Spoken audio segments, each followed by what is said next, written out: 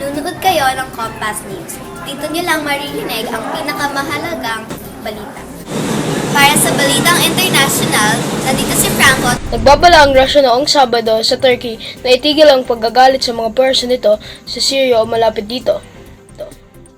Matapos ang isa sa kanyang warship ang nabaril at ng warning shot sa isang Turkish vessel sa Aegean para maiwasan ang banggaan.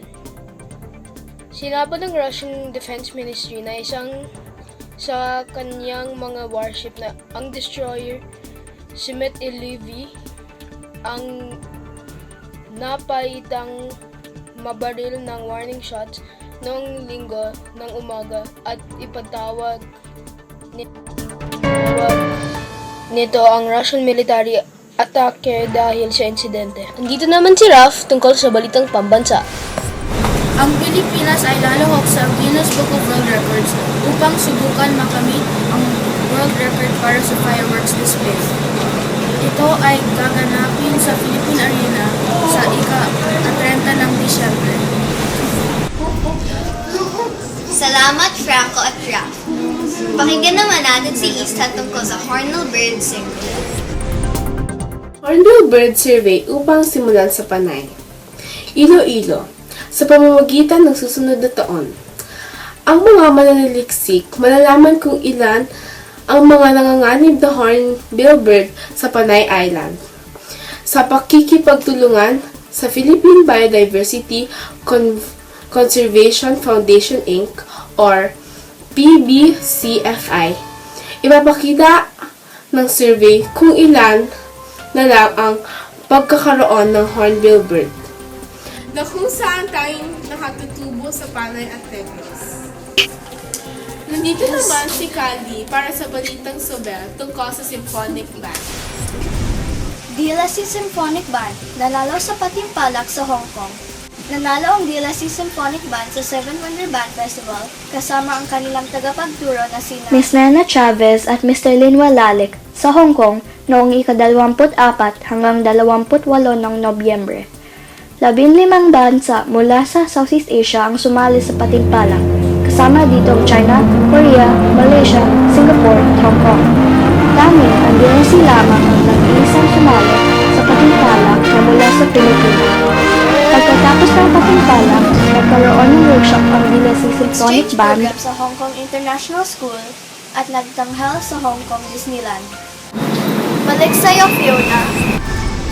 Salamat Isa at Kali. Ngayon, meron akong balita tungkol sa low pressure area papasok sa Pilipinas ngayong linggo. Isang low pressure area ang sinabing mararanasan natin dito sa Pilipinas ayon sa Pag-asa. Ito ay naisbatan kahapon ng 25,000 kilometro timog silangan ng Mindanao. Samantala, sinabi rin ng Pag-asa Chief na may parating ng bagyo sa Biyernes at pinangalanang itong Nonoy. Maapektuhan ng bagyo ang Bicol, Eastern Visayas o Northern Mindanao. Base ito sa latest forecast ng Pag-asa. Pero may posibilidad rin na mawala ang bagyo sa mga susunod na araw. Para naman sa balitang panlibangan, nandito naman si Bea tungkol sa love teams ng ABS-CBN. Mga bigating love teams ng ABS-CBN nagsama-sama sa Araneta. Isang bihirang pangyayari noong Martes, ika-8 ng Disyembre ang naganap sa Araneta Coliseum. Kung saan nagsama-sama ang tatlong malalaking love teams ng ABS-CBN. Kabilang sa kanila sina Catherine Bernardo at Daniel Padilla, Lisa Soberano at Enrique Hill, at sina Nadine Lustre at James Reid. Ginawa nila ito upang pasayahin ang kani-kanilang fans. Nagsipagdalo rin ang mga kilalang bagong love teams ng network tulad nina Enrich Gonzalez at Daniel Matsunaga, Jane Onyesa at Jerome Ponce, Miles Ocampo at Benigno Pascual, at sina Julia Barreto at Kenzo Gutierrez. Ika-19 at 20 ng Disyembre. Para sa balitang kaunlaran, pakinggan natin si Matthew tungkol sa internet. Ang pinakamalaking social network site na Facebook ay magdadagdag ng bagong feature na photo matching. Ito ay kusang magpapadala ng mensahe sa mga kaibigan sa FB tungo sa Messenger app gamit ang image recognition na teknolohiya.